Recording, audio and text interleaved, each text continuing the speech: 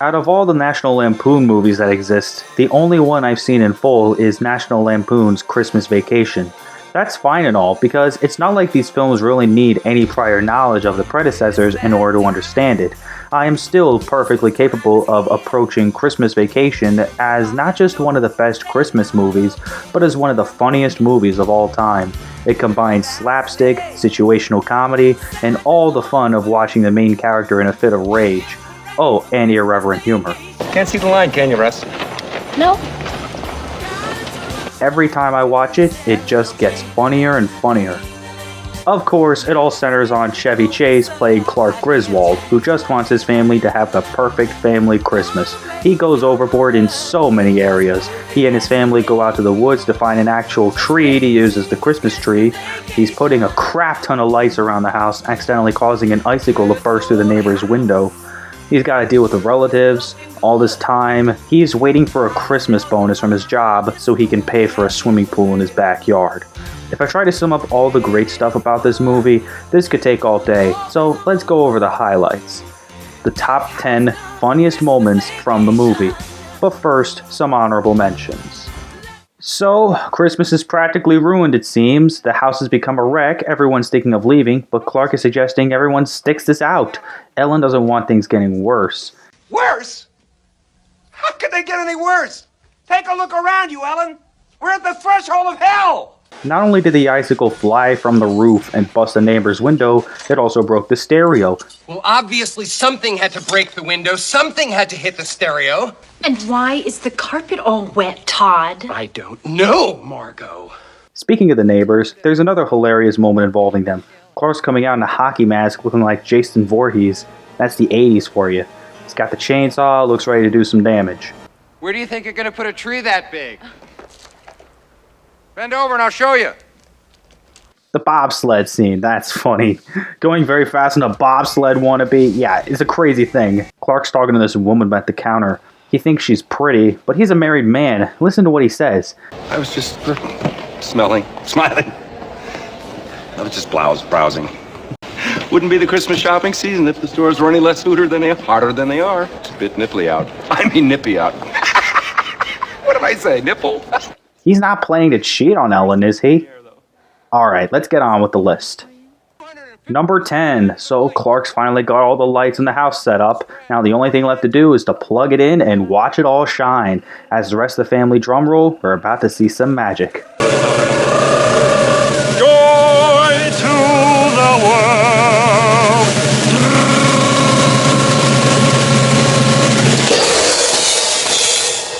Only for nothing to happen.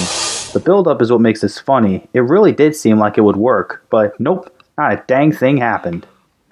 Number 9. Here's when Clark's setting up the Christmas lights. He's on a stepladder, and it's not exactly stable. There's many things that could go wrong here. The stepladder shortens, it leans in different directions, it leans backwards, and it would have seriously hurt Clark if that tree wasn't there. Who would have thought setting up Christmas lights would be so difficult to do? I'd hope he falls and breaks his neck. I'm sure he'll fall, but I don't think we're lucky enough to have him break his neck. Number 8. This is the opening scene after the animated titles appear. He gives the finger to another car passing by. It's like some kind of race he's having with the other car, and he even mixes up words. Normally you'd say, I'm gonna burn rubber, eat my dust. But instead he says, Burn some dust here. Eat my rubber. Even Rusty has to correct him, but honestly no one cares. Number 7. He is wishing everyone Merry Christmas to the suits that are walking past. Well, he only says so to half of them. After that, he says something different. Thank you. Merry Christmas. Merry Christmas. Merry Christmas. Merry Christmas. Kiss my kiss his kiss your Happy Hanukkah. I think the Happy Hanukkah at the end is great because I guess that last guy was Jewish. Number 6. Aunt Bethany has lots of great moments in this film, and this is one of them. It's when she has to say grace at the dinner table. First, you need to understand that by grace, they meant the blessing. Then she recites the Pledge of Allegiance.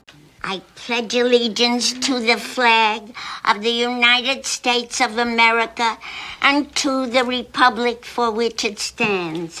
One nation indivisible, with liberty and justice for all. But that's not all. The whole dinner scene is great. Clark cuts the turkey, but it's suddenly all dried up. Well, the family still eats. Seriously, this is one of the funniest scenes in the movie, and we just see people eating at the dinner table without exchanging much dialogue.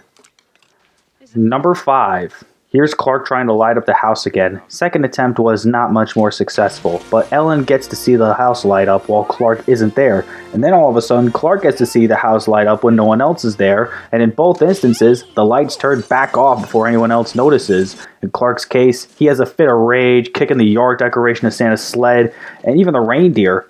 But then as he plugs it in, the lights come on. It's just hilarious seeing Clark get so mad, and the neighbors being practically blinded by the bright lights from the house.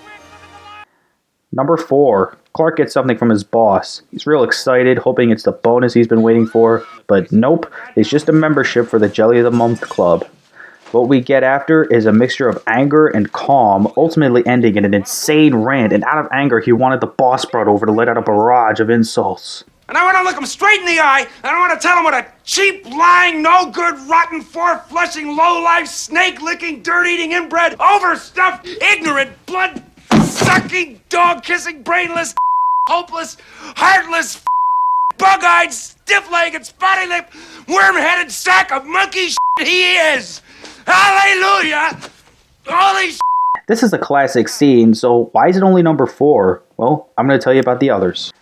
Number 3. So, Clark and his family have found the perfect Griswold family Christmas tree, and it's out in the woods, still rooted to the ground. But they forgot something. Dad, did you bring a saw? The funny thing is that the movie doesn't explain how they do it. We just see the tree strapped on top of the car with the roots still present. Number 2. Earlier, Eddie had to empty the RV's toilet into a storm drain. Before Clark could stop Uncle Lewis from dropping a lit cigarette into the drain, there's an explosion. Santa's sleigh goes flying as Aunt Bethany sings the national anthem, with everyone else joining in. Oh, say does that star-spangled banner yet wave o'er the land of the free and the home of the brave. Play ball! I put this as number 2 just because of how patriotic this whole scene is. I love America, and this was the perfect way for America to end the 1980s. And my number 1 funniest moment is Clark goes up in the attic, and it is suddenly closed by one of the relatives. What happens after that is a whole scene of slapstick. In fact, just the opening of the attic starts some slapstick. Clark gets hit in the face by the ladder, and once the attic is closed, he gets smacked by some loose boards. His feet go through the attic floor and on the top bunk bed. Then we take a break from all that as Clark watches one of the old family film reels. It's a great insertion of an emotional moment into what was a comedic scene at first. Then it becomes funny again once Ellen opens up the attic and, well, Clark is on top of the door, so... Man, that was great. So, there you go. I have shown a great deal of evidence as to why National Lampoon's Christmas Vacation is the funniest of all the Christmas movies that exist. It's just an absolute classic. There's a lot to the movie, and it will always hold a very special place in my heart. Put this on after Thanksgiving dinner, and you got yourself the perfect kickstart to the holiday season. As the tagline promises, you'll crack up.